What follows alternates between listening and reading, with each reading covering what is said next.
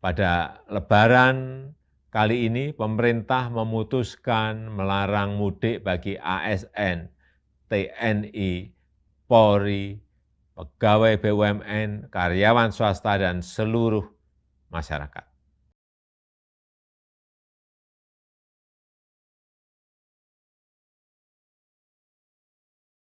Assalamualaikum warahmatullahi wabarakatuh. Selamat datang Sobat Cerdas Hukum bersama Bincang Hukum Kanwil Kementerian Hukum dan HAM Kalimantan Barat.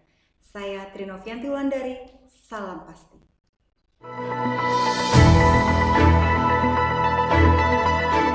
Bersama kita sudah hadir Ibu Rini Setiawati, beliau merupakan penyuluh hukum madya Kanwil Kementerian Hukum dan HAM Kalimantan Barat.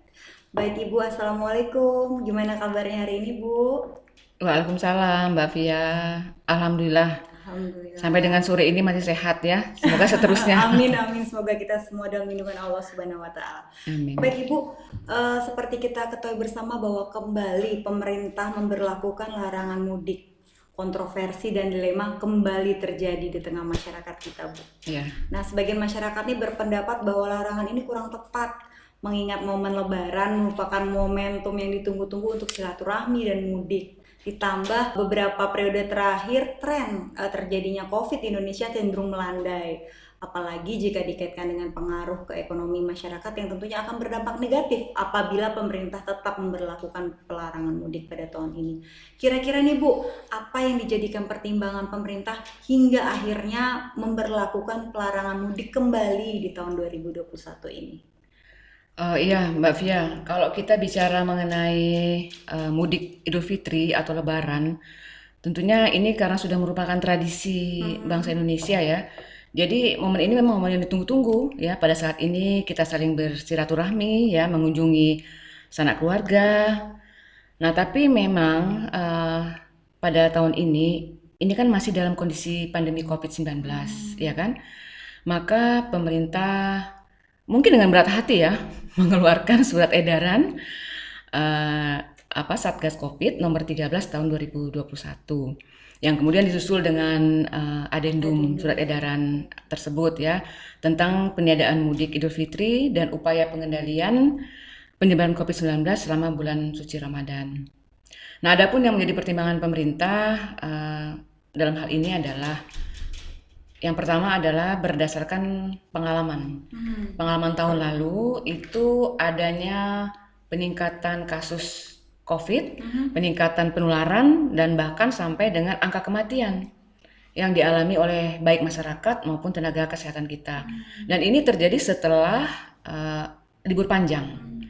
Nah, kemudian juga tahun lalu juga, belajar juga dari pengalaman tahun lalu, itu setelah libur panjang itu adanya peningkatan kasus harian COVID-19.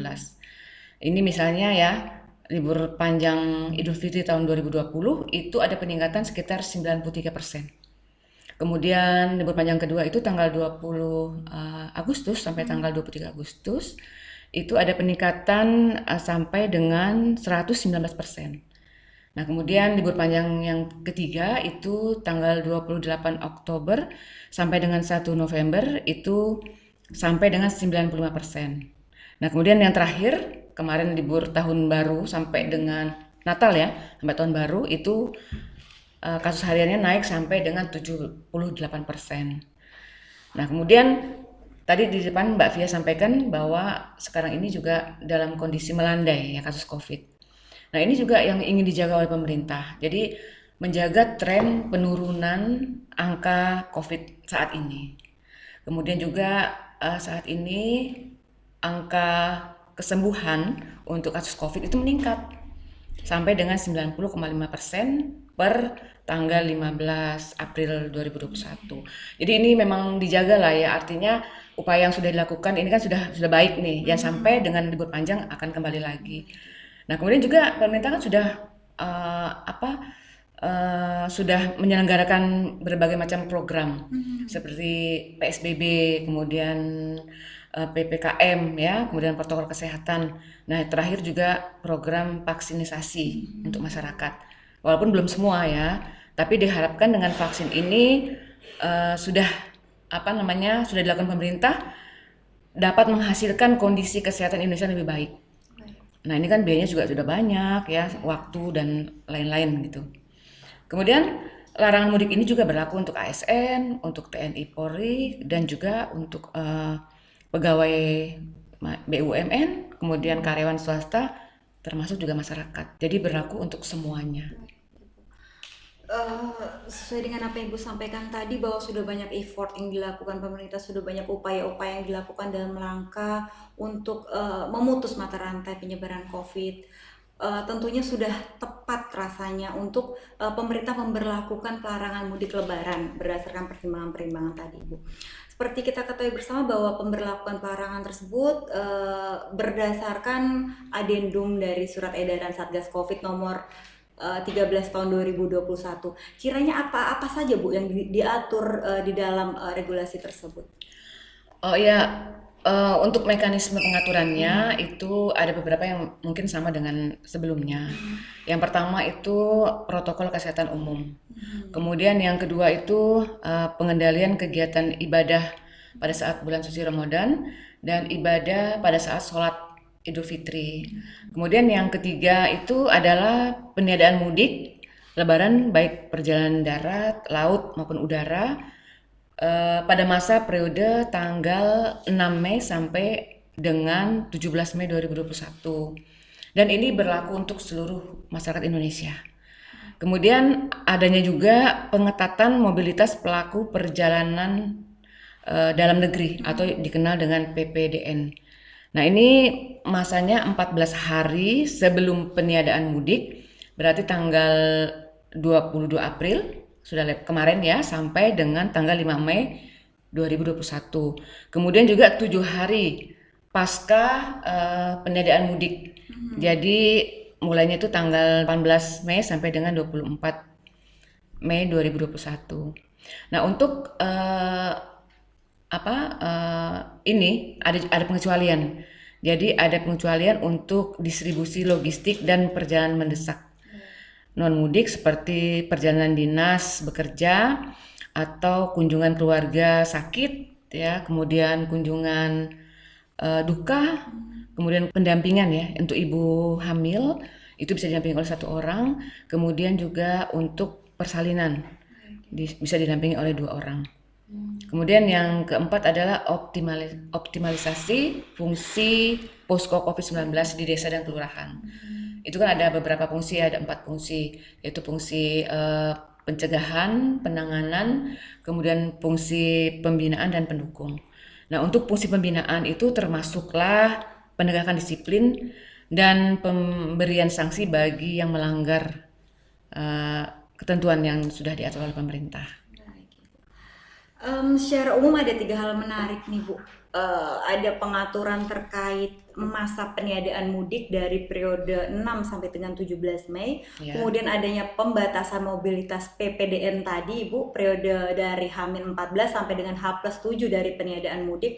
Nah, bagaimana nih Bu nantinya aplikasi daripada teknis pelaksanaan dari ketiga aturan tadi? Nah untuk ketentuan pengecualian ini diatur juga bahwa perjalanan itu wajib menyertakan surat izin ya, surat izin keterangan masuk keluar ya, atau yang dikenal dengan SIKM ya, surat izin keluar masuk ya. Nah ini surat ini harus ditandatangani dan dicap basah ya istilahnya ya. Jadi harus asli. Nah ini juga memuat identitas pelaku perjalanan. Nah kemudian untuk perjalanan dinas atau bekerja harus ditandatangani minimal oleh pejabat eselon 2 atau pimpinan perusahaan. Kemudian pekerja sektor informal dan masyarakat umum non pekerja harus ditandatangani oleh kepala desa atau lurah. Nah untuk screening SIKM tadi dan tes PCR, rapid tes antigen, kemudian atau bisa juga dengan tes Ginos C19 itu dilakukan di pintu kedatangan atau kontrol di rest area atau di perbatasan kota ya, kemudian atau di checkpoint atau di titik penyekatan aglomerasi oleh TNI dan Polri serta pemerintah daerah setempat. Sedangkan untuk pengaturan PPDN tadi yang ditanyakan Mbak Fia tadi, itu untuk perjalanan udara itu wajib menunjukkan surat negatif tes PCR atau antigen. Nah, itu berlaku hanya dalam kurun waktu 1 kali 24 jam Oke. sebelum keberangkatan, atau bisa dengan surat negatif COVID di airport ya, itu Ginos ya, Ginos, atau dengan dan mengisi e-hack. Oke. Nah, kemudian untuk perjalanan laut itu sama syaratnya juga menunjukkan surat negatif COVID yang berlaku sama 1 kali 24 jam dan juga bisa dengan langsung tes di pelabuhan sama dengan yang tadi juga itu harus mengisi e-hack. Nah, dikecualikan untuk perjalanan rutin pelayaran terbatas dalam satu wilayah. Nah, kemudian untuk perjalanan kereta api darat tentunya ya, antar kota wajib menunjukkan sama dengan tadi ya, surat negatif, juga sama berlakunya 1 kali 24 jam dan juga bisa dengan keterangan negatif tes Ginos di tempat itu di stasiun kereta api. Kemudian kalau untuk perjalanan darat dengan menggunakan kendaraan itu akan dilakukan tes secara acak. Baik. Nah, untuk pengguna mobil pribadi juga dianjurkan mungkin untuk tes dulu sebelum berangkat. Nah, untuk anak di bawah umur 5 tahun tidak diwajibkan untuk melakukan tes. Nah, kemudian hasil tesnya jika negatif misalnya, tetapi dilihat masih ada gejala, bergejala ke arah COVID, itu dapat disuruh kembali ke tempat. Jadi disuruh kembali ke tempatnya lagi gitu. Jadi nggak harus melanjutkan perjalanan. Ibu cukup detail jelas kiranya pemaparan Ibu terkait surat edaran Satgas Covid nomor 13 tahun 2001 terkait peniadaan mudik dan pembatasan mobilitas masyarakat, Ibu. Tentunya itu sangat bermanfaat bagi kita Sobat Cerdas Hukum di seluruh Indonesia. Ibu terima kasih sudah berkenan menjadi narasumber pada acara Bincang Hukum kita pada siang hari ini. Baik Sobat Cerdas Hukum, kembali tahun ini kita mesti menjalani Ramadan dan Lebaran dalam suasana pandemi COVID-19 yang tentunya membutuhkan komitmen kita bersama agar bangsa Indonesia segera terbebas dari virus COVID-19. Mari bersama kita mengupayakan memutus mata rantai penyebaran COVID-19 selama masa Ramadan dan Lebaran tahun ini. Semoga Allah Subhanahu wa Ta'ala meridhoi kita dan meridhoi seluruh bangsa Indonesia. Saya Trinovianti Wulandari, salam pasti. Salam pasti.